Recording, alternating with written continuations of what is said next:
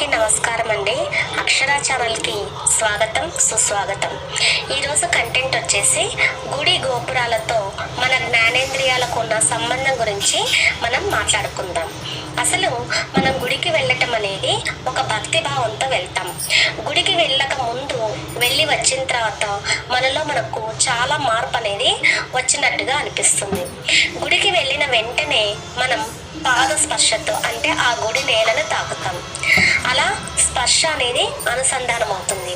ఆ తర్వాత గర్భగుడిలో ఉన్నటువంటి విగ్రహాన్ని తిలకిస్తాం.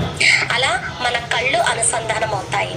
దాంతో అక్కడ పెట్టినటువంటి అగరబత్తీలను వాసన గమనిస్తాం. అంటే అక్కడ మన ముక్కు అనుసంధానం అవుతుంది. గుడిలో భక్తి పాటలు కానీ లేదా భజనలు, మంత్రాలు, అర్చనలతో మన చెవులు అనుసంధానం అవుతాయి. ఆ తర్వాత చివర అర్చకులు ఇచ్చేటువంటి తీర్థం కానీ ప్రసాదం కానీ తింటూ ఉంటాం. అలా మన నాలుక అనుసంధానం అవుతుంది. ఇలా మనకున్నటువంటి జ్ఞానేంద్రియాలైనటువంటి ముక్కు, నోరు, చెవి, చర్మం, కన్ను ఇలా ప్రతిదీ అనుసంధానిస్తాం. ఇంకా విగ్రహాన్ని చూసినప్పుడు ఒక ఎమోషన్గా ఫీల్ అవుతాం. ఇలా మనం గుళ్ళు గోపురాలను దర్శించుకున్నప్పుడు మనం చాలా వరకు రిలాక్స్డ్గా ఫీల్ అవుతాం.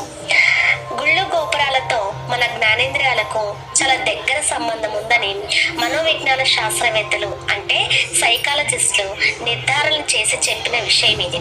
మీకు ఈ కంటెంట్ నచ్చినట్లయితే లైక్ చేయండి, షేర్ చేయండి, సబ్స్క్రైబ్ చేసుకోండి ఫ్రెండ్స్. Thank you.